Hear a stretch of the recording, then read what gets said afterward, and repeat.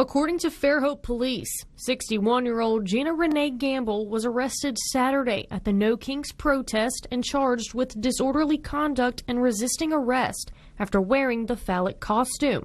Authorities say it's considered obscene since she was wearing it in public. This video, taken by someone driving by, shows dozens of people at the intersection of Highway 98 and Fairhope Avenue holding signs saying "No Kings" and "No Dictators," while horns were honked and people cheered.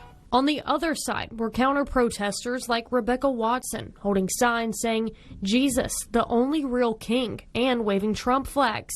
Watson says while she's thankful to see many people practice their First Amendment right, a boundary was crossed. I didn't expect anything like that to happen in Fairhope, but we all have different ideas of what a peaceful protest looks like and maybe what's even appropriate for children. But I think that there is a clear line between free expression and public obscenity.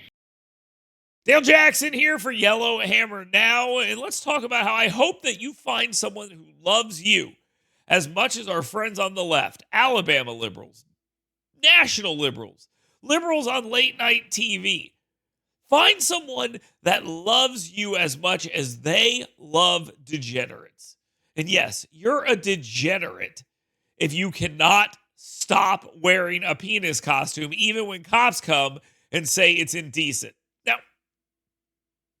maybe it's free speech. I'm not a lawyer. Never claimed to be. Maybe you can make a free speech argument. But let's talk about whether or not it's proper or not. That's probably the more important thing.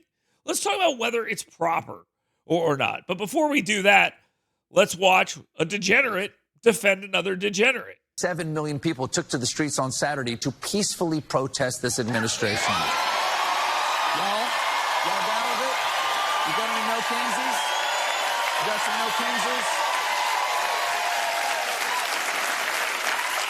Not that there were zero arrests. For instance, in Fairhope, Alabama, a woman was arrested for wearing this giant penis costume, which the police deemed obscene. What? They can't call that obscene. You can clearly see in the picture the penis is using a flag to cover its boobs. The cops demanded the woman remove the costume. She refused. So 3 of them pinned her to the ground, then arrested, and then handcuffed the penis.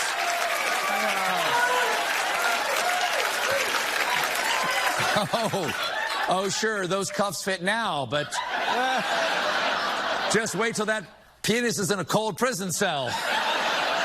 They're gonna slip right off. The woman in the costume is 61. Now, you might think, good for her. Right. You might think it's pretty bad look for 3 cops to tackle an older woman, but remember, they couldn't tell she was 61 because every penis looks like it's 102 years old. We got a great show for you tonight. Yeah, I have a hard time understanding why this isn't working with most Americans, because most Americans would look at this situation and say, wow, what a loser. What an absolute loser. You're wearing a penis costume to a protest and you refuse to take it off when you were asked, and now you're a national embarrassment, yet for some reason, people are praising them. Why? Why? Because degeneracy is now virtuous. Being moral and good is bad. I mean, that's as simple as it can be. You can disagree with the administration. You can protest. You can do all these things. We know you're going to anyway, so of course you can obviously do that. But good Lord, just use your judgment. Do you think you're swaying people dressing up as a penis? Anyone that isn't already enamored with you and your cause is going to look at this and think you're a joke. A real joke. Not a late night joke, but a real joke. That doesn't help your cause. So I hope you keep doing it. Sue.